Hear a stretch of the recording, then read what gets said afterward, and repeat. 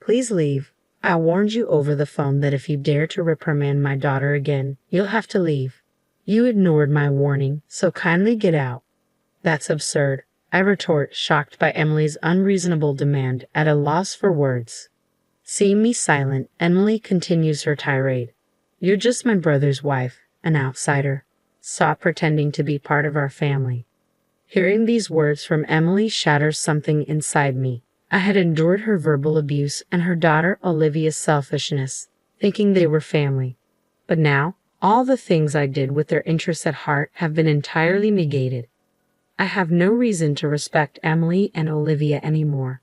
All right, I'll leave, I reply calmly and start packing.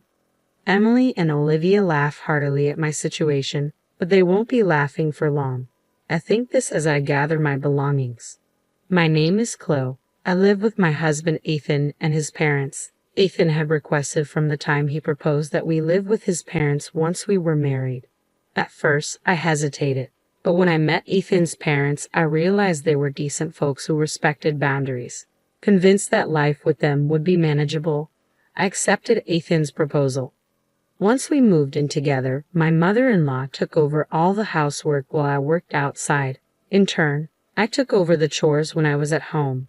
We divided the work in the house, and everything went smoothly. However, the visits from Ethan's sister Emily were always distressing. Emily has a daughter, Olivia. They frequently visited us, and each time Emily would take jabs at me relentlessly. Chloe, can I get a cup of tea? I'm so tired from my part-time job and raising my child. You must be relaxed on your days off at home. I'm so jealous. Well, I also work when I'm at home. Oh, the work you do at home is insignificant. I go out to work every day and have a leadership position. Don't compare yourself with me. When it was time for Olivia to find a job, Emily often came over to complain about why Olivia couldn't find one. Olivia is excellent, just like me. The recruiters who reject her must be blind. Maybe she could broaden her job search. Whenever I tried to give advice, Emily would lash out furiously. What could you, who barely works, know? No, shut up. It seems Olivia finally landed a job after most of her classmates did. Olivia and Emily came over to report the good news to my mother-in-law. Rainey, I've got a job. Olivia proudly shows off her job offer letter to my mother-in-law, who smiles contentedly. Well done, Olivia. Yeah, I didn't expect to get into such a large company. In the end, the interviewer was kind from the start. Next to Olivia, Emily grins broadly. This company is a subsidiary of the company. I work part-time, and my name might be known even in the parent company since I've been around a while. So, I got the job, thanks to Mom, huh? It could be. The interviewer saw your name, recognized you as my daughter, and probably had a good impression. Come April, Olivia was to attend a month-long training program for new employees. The training location was only a few minutes away from the home where my in-laws and I lived. Emily, knowing this, called my mother-in-law Mom. I want Olivia to commute from your house during her training. The training place is over an hour away from our home. We have a spare room, and I don't mind at all. Let me just check with Chloe. Do you need to ask Chloe? Emily interjected. Well, but that's your house, right? Chloe is just living there. She won't complain. Thanks to Emily's insistence, I'd only found out that Olivia would be living with us for a month after everything had been decided. I was a bit puzzled, but there was no reason to oppose Olivia living there. I warmly welcomed Olivia, and our shared life began.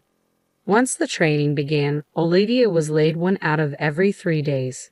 Despite the training location being just a stone's throw away, it seemed that her habit of waking up at a fixed time every morning had completely disappeared due to her relaxed student life.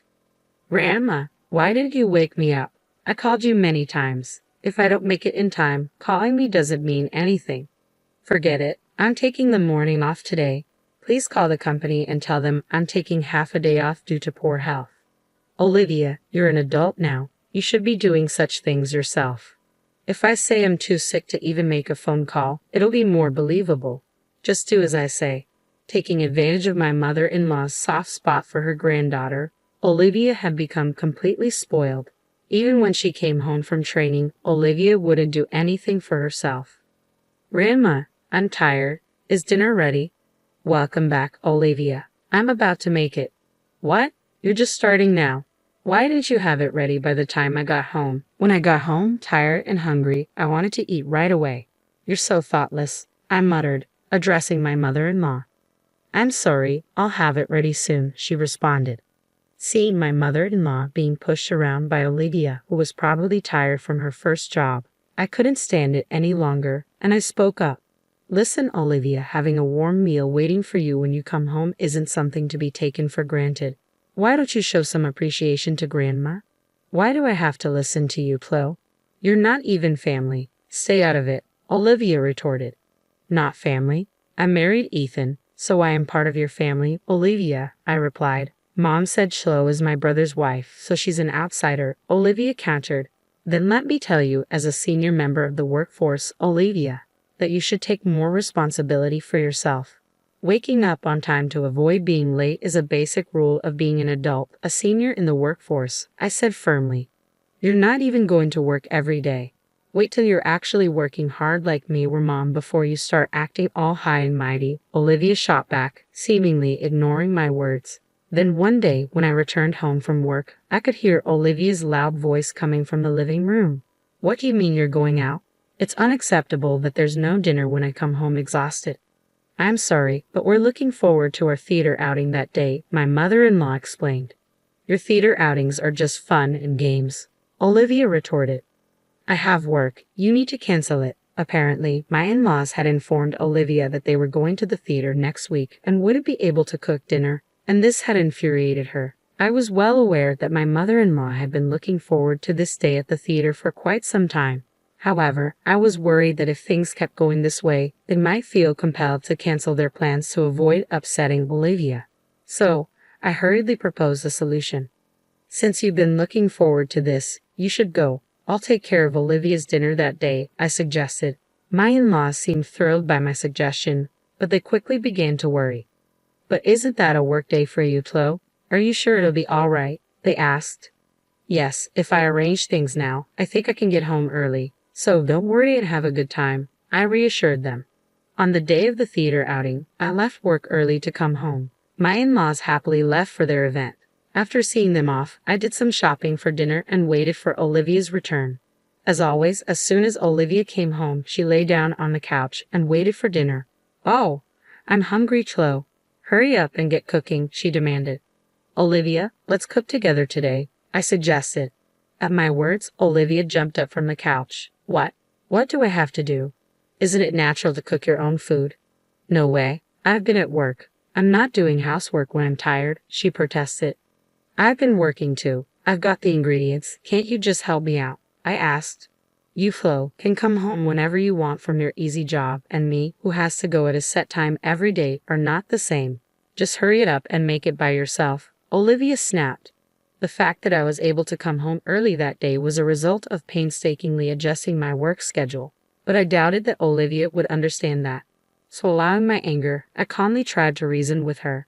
Listen, Olivia, I'm not asking you to help me because I find it bothersome to cook alone. I want you to understand what it means to be a responsible adult. What I don't need is your interference. After letting the grandparents go out without asking me, you're giving me a lecture, which is super annoying, Olivia declared, visibly irritated. She stood up and started dialing on her phone. Mom, listen to this. Chloe keeps nagging me and she won't even cook dinner. She unloaded her complaints about me to her mother, Emily. Once she had said her piece, she handed me the phone with a triumphant smile. Mom wants to talk to you, Chloe. As I took the phone, Emily shouted angrily, Listen here. Who do you think you were talking to my daughter like that? As my son's wife, if you continue to cause problems for my daughter, I'm going to ask you to leave that house. It's not about causing problems. All I wanted to do was impart some sense of responsibility to Olivia as a working adult, I defended. So, you're trying to lecture on being a responsible adult, Chloe. You're not even a full-time employee. How can someone who is hardly needed by the company afford to be so cocky? Emily retorted. How can you say I'm not needed, Emily? When you've been around as long as I have, you can tell at a glance who's capable and who's not. I've made sure to see off many a dead weight, I countered. Without a second thought, Emily added, Just go and prepare dinner for my daughter, and hung up the phone. Olivia, sitting next to me, smirked as she looked my way. You better not oppose my mom, Chloe. There's no one at work who can even admonish her, so get to making dinner already. With that, she sprawled lazily on the couch again. This mother and daughter pair. There's no reasoning with them. Left with no choice, I sighed and headed to the kitchen to prepare dinner. As I began to prepare the meal, Olivia nibbled on the food I had prepared and complained under her breath. Once she finished eating, she abandoned her dishes and headed back to the couch to watch TV without so much as a thank you. Hey, Olivia, at least clean up after yourself. I tried to remind her, but all I got was a bored look from her. Suddenly, the doorbell rang, and to my surprise, it was Emily. Why are you here? I asked. To my surprise, Emily casually replied, it seemed like you didn't quite get the message over the phone, Chloe, so I thought I'd come over and tell you directly. Excitedly, Olivia reported to her mother, Mom, listen. Just after you warned her over the phone, Chloe started lecturing me again. Hearing Olivia's words, Emily glared at me. Looks like it was the right decision to come here after all. You're still complaining to my daughter even after everything I said. I had backed off on the phone, but I couldn't let this go for Olivia's sake. I had to say something. It's not a complaint. I'm merely teaching her the basic manners of cleaning up after herself, something even a grade schooler should understand. Emily snapped at me. There's no need for someone like you to be telling us about manners. Have you considered your own situation before lecturing about manners? What about my situation? You and Ethan can barely afford a house even with both your salaries combined. You're just leeching off this household. Why don't you change your own attitude before teaching my daughter about being a responsible adult? I'm not here to leech off you. As proof, I make sure to pay my fair share of the rent and living expenses every month, I retorted. Well, it doesn't matter either way. You're going to leave this place. Leave, Emily declared. I told you on the phone, if you continue to berate my daughter, you'll need to move out. You ignored my warning, so now it's time for you to go, Emily declared. That's absurd, I retorted, at a loss for words at the sheer injustice of it all. Seeing me unable to retaliate, Emily continued, you're still an outsider, even if you were my brother's wife. Stop acting like you're part of the family. Her words hit me hard, and something inside me crumbled. I had put up with Emily's insults and Olivia's selfishness because I thought of them as family. I had been rejected by them despite doing everything with their best interests at heart. There was no reason left for me to restrain myself with Emily and Olivia anymore. All right, I'll leave, I said quietly, beginning to pack my things. At the sight of me, Emily and Olivia started to crack up. Ignoring their laughter, I continued to pack. When my in-laws returned home, my mother-in-law's face shifted as she took in the scene. Oh, is that you, Emily? Chloe, what's with the luggage? She asked. Before I could answer, Emily chimed in. Chloe has been lecturing Olivia while she can't even do her own job. She's become such a nuisance. We've decided to send her packing. What? My mother-in-law's face drained of color. Apologize at once, and you too, Olivia. Why should I apologize to Chloe? If she wants to be part of our family, she should ask us.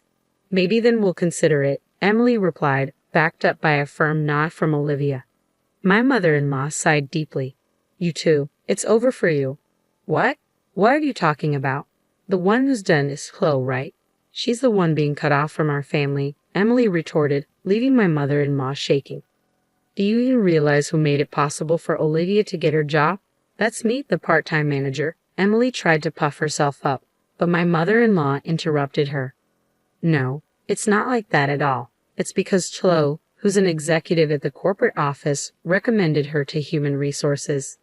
Well, that's a lie. Chloe barely does anything. She's home half the week, Emily countered. Facing the confrontational Emily, I revealed the truth. I often attend executive meetings online, so I work from home. Then did Chloe really get Olivia her job? My mother-in-law asked. I really wanted Olivia to find a job on her own, but she begged me for help. Why didn't you say anything? Emily turned pale, realizing the truth. I wanted Olivia to start at the same place as everyone else, to work without any advantages. It was better for her not to know that I was an executive at her company, I explained. So, did Mom and Dad know this from the beginning? Olivia asked. I had asked your parents to keep my position a secret. Emily, since you always assumed I was incompetent, you never showed interest in my work, so there was no need to tell you.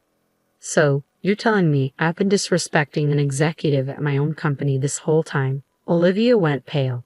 That's right, thanks to my concealed identity. I got to learn a lot about how new employees like to fake illness and such. Olivia pleaded desperately. Please, please don't tell anyone about this, she added, desperation evident in her voice. Coldly, I replied, you know, I thought I'd let it slide because it's a family matter. But it seems I'm not considered family to you too, so I can't stay quiet if it's something that will harm the company. But I will be assigned after the training. Exactly, Olivia. You're lacking awareness as a working professional. Moreover, you're not willing to accept others' opinions. We can't let you interact with customers with this attitude, I continued. In her panic, Emily clung to me. I'll take back what I've said. Olivia is Chloe's adorable niece. Don't report anything that would harm her situation, Emily, she pleaded. Don't you think you should worry about your own role? What about your part-time team's high turnover rate? It has been repeatedly brought up in the parent company's meetings. If it comes to light that you, as the manager, are forcing part-time employees to quit, it's going to be a big problem, I pointed out. Emily's face tightened as she remembered her own words. Wait, that's a misunderstanding. I was just guiding the unproductive part-timers, and then they quit on their own. I'm not responsible for this, she protested.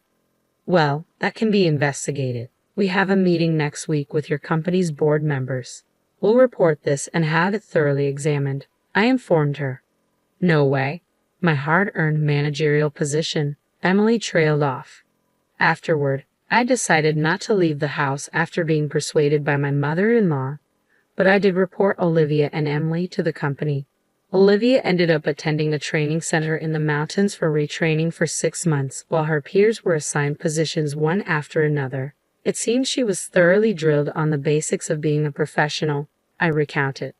Emily's workplace underwent an audit at my direction with complaints from other employees and testimonies from those she had forced to resign. It was found that Emily was using her position of authority to cause a lot of stress to those around her.